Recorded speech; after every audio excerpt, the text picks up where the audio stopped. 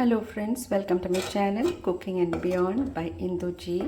இன்றைக்கி நான் புளி காய்ச்சல் பண்ணிவிட்டு புளி சாதம் பண்ணுறேன்.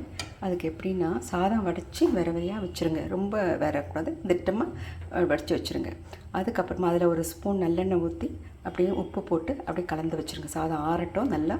அதுக்கப்புறமா புளியை திக்காக கரைச்சி வச்சுக்கோங்க. உங்களுக்கு எவ்வளோ சாதம் எத்தனை நாளைக்கு வேணுமோ அது நீங்கள் கொஞ்ச நாள் வச்சுக்கலாம் அந்த புளி காய்ச்சலை. ஸோ அதை கரைச்சி திக்காக வடிகட்டி வச்சுருங்க.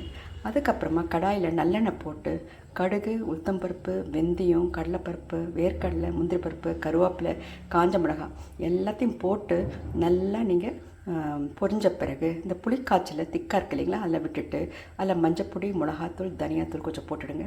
அதுக்கப்புறமா உப்பெல்லாம் கரெக்டாக இருக்கான்னு செக் பண்ணிவிட்டு அது நல்லா கொதிக்க விடுங்க. சின்ன தீயை கொதிச்சுட்டு இந்த மாதிரி திக்காக ஒரு மாதிரி பேஸ்ட் வந்துடும். நல்லெண்ணெய் எண்ணெயெல்லாம் பிரிஞ்சு வந்துடும் பாருங்கள்.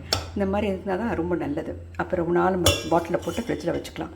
அதுக்கப்புறமா இதுக்கு என்ன ஒரு பொடி பண்ணியிருக்கேன். இது என்ன பொடினா, இதுக்கு புளி சாத்துக்குன்னு வந்த வேண்டிய பொடி ஒரு மசாலா வறுத்து வச்சுருக்கேன், வறுத்து அரைச்சி வச்சுருக்கேன். அது என்னென்னா, ட்ரை ரோஸ்ட் பண்ணிக்கோங்க.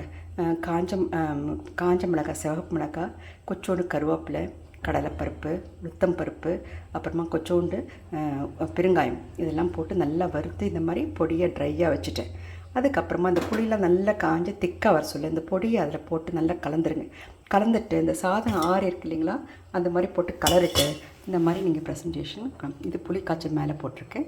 காஞ்ச மிளகாய் இருக்குது, வேர்க்கடை இருக்குது, முந்திரி பருப்பு எல்லாம் இருக்குது. ரொம்ப சுவையாக இருக்கும். நீங்கள் 2-3 நாள் கூட வச்சு சாப்பிட்லாம். இந்த புளி காய்ச்சல் மிச்சம் இருந்ததுன்னா ஒரு பாட்டிலில் போட்டு நீங்கள் ஃப்ரிட்ஜ்லேயும் வச்சுக்கலாம்.